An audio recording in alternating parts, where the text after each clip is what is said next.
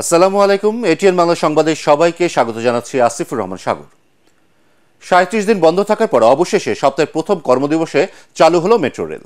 দিয়াবাড়ি থেকে মতিঝিল পর্যন্ত মেট্রো রেলের চাকা ঘুরলেও আপাতত থামছে না মিরপুর ১০ ও কাজীপাড়া স্টেশনে। নাশকতায় ক্ষতিগ্রস্ত স্টেশন দুটির মেরামত কাজ শেষ না হওয়া পর্যন্ত বন্ধ থাকবে এই দুই স্টেশনে যাত্রী ওঠানামা। সংকট কাটিয়ে আবার মেট্রো রেল চালু হয়, স্বস্তি ফিরেছে যাত্রীদের মধ্যে। মিজান শাহজাহানের রিপোর্ট।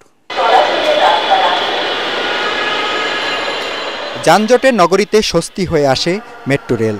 তবে নাশকতার কারণে 18 জুলাই থেকে সেবা বঞ্চিত হতে হয় রাজধানীর বাসিন্দাদের। অন্তর্বর্তীকালীন সরকার দায়িত্ব নেয়ার 17 দিনের মাথায় চালু হলো মেট্রো রেল। সকাল 7:10 উত্তর স্টেশন থেকে মতিঝিলের উদ্দেশ্যে যাত্রা শুরু হয় জনপ্রিয় ওই গণপরিবহনের। উত্তরা সেন্টার, উত্তরা দক্ষিণ, পল্লবী ও মিরপুর 11তে থামলেও ট্রেন থামেনি মিরপুর 10 ও কাজীপাড়ায়। মিরপুর 11 থেকে সরাসরি শেওড়াপাড়ায় থামছে ট্রেন। আগের মতোই পরবর্তী গন্তব্য আগারগাঁও, বিজয় সরণি, ফার্মগেট, কারওয়ান বাজার, শাহবাগ, ঢাকা বিশ্ববিদ্যালয় ও সচিবালয় স্টেশন হয়ে মতিঝিল। আমাদের প্রত্যাশা থাকবে যে যত দ্রুত সম্ভব ওই দুটো স্টেশন চালু করা যায়। বাইরের যদি আমার ট্রাভেল করতে হতো, এটা খুবই টাইম কনজিউমিং এন্ড হ্যাসেল একটা প্রসেস। আমি অফিসে নির্দিষ্ট টাইমে পৌঁছতে পারি নাই। এই ধরনের বিড়ম্বনা তো আমাকে গত বেশ কিছুদিন পোহাতে হয়েছে। কর্মদিবসে সড়কপথে মিরপুর থেকে মতিঝিল যেতে সময় লাগে 2 ঘন্টা।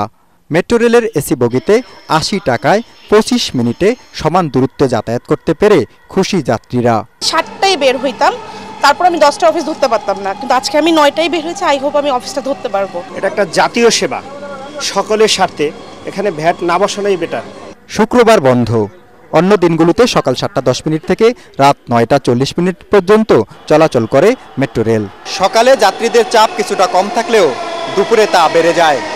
আর বিকেলে অফিস শেষ হওয়ার পর মতিঝিল ও সচিবালয় স্টেশন থেকে উঠাই কঠিন হয়ে যায়, কারণ এই সময় ট্রেনের প্রতিটি বগি কানায় কানায় ভরে যায়। তাই যাত্রীরা বলছেন যে বিকেলের সময় যেন 3 থেকে 4 মিনিট পর পর ট্রেন চালানো হয়। একই সঙ্গে তারা এও বলছেন যে লাইনে দাঁড়িয়ে থেকে টিকিট কাটার বিড়ম্বনা দূর করতে যেন কাউন্টার ও অটোমেশনের সংখ্যা বাড়ানো হয়। মিজান শাহজাহান, এটিএন বাংলা, ঢাকা। বন্যায় এই পর্যন্ত 18 জনের মৃত্যু হয়েছে। উজান থেকে আসা ঢলের পানিতে নতুন করে প্লাবিত হচ্ছে ফেনীর দাগন ভূঁইয়া সহ পার্শ্ববর্তী এলাকা। যোগাযোগ বিচ্ছিন্ন হয়ে পড়েছে সাপুয়া, জয়লস্কর সহ বেশ কিছু ইউনিয়ন। পানিতে রাস্তাঘাট ডুবে যাওয়ায় দুর্গম এলাকায় ত্রাণ বিতরণ এবং উদ্ধার কাজ ব্যাহত হচ্ছে। যোগাযোগ বিচ্ছিন্ন থাকায় রাস্তায় আটকে আছে ত্রাণবাহী গাড়ি। আশ্রয় শিবিরে খাবারের জন্য চলছে হাহাকার। অসহায় বানভাসী মানুষদের উদ্ধার করতে প্রয়োজন এখন পর্যাপ্ত মেশিন চালিত নৌকার। এদিকে বন্যা দুর্গত ফেনী, নোয়াখালী সহ বিভিন্ন অঞ্চলে বিশেষ উদ্যোগে ত্রাণ সহায়তা পৌঁছে দিচ্ছে র্যাব। নিজস্ব হেলিকপ্টারে দিয়ে আটকে পড়াদের উদ্ধারও করছে বাহিনীটি। ফুলগাজী, পরশুরাম অঞ্চলের বিভিন্ন এলাকা এখনও পানির নিচে, তবে ধীরে ধীরে পানি নামতে শুরু করায় কয়েকদিনের মধ্যে বন্যা পরিস্থিতি স্বাভাবিক হতে পারে। এদিকে চট্টগ্রামের দুর্গত এলাকা থেকে আটকে পড়া লোকজনকে উদ্ধার করেছে সেনাবাহিনী ও বিভিন্ন সংস্থার স্বেচ্ছাসেবীরা। হ্রদের পানির চাপ কমাতে রাঙামাটির কাপ্তাই বাঁধের 16টি গেটের সবকটি জলকাপাট 6 ইঞ্চি করে খুলে দেওয়া হয়েছে। গত রাত 10টায় বাঁধের গেট খুলে দেওয়ার কথা থাকলেও সময় পরিবর্তন করে সকাল 8:10 জলকাপাটগুলো খুলে দেওয়া হয়।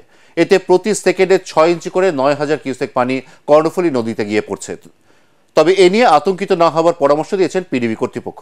মূলত গত কয়েকদিনের অতিবৃষ্টি ও পাহাড়ি ঢলে কাপ্তাই হ্রদের পানির উচ্চতা বিপজ্জনক সীমায় পৌঁছায়। তাই হ্রদে পানির চাপ কমাতে এবং উজান ও ভাটি অঞ্চলের বন্যা নিয়ন্ত্রণে বাঁধের স্পিলওয়ের সবকটি গেট খুলে কর্ণফুলী নদীতে পানি ছাড়া হয়।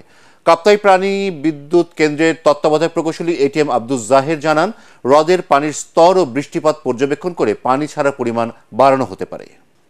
পরবর্তী সংবাদ দেখার আমন্ত্রণ জানিয়ে এখনকার মতো শেষ করছি। এটিএন বাংলা সংবাদ ইউটিউবে দেখতে ব্রাউজ করুন youtube/ATN Bangla News।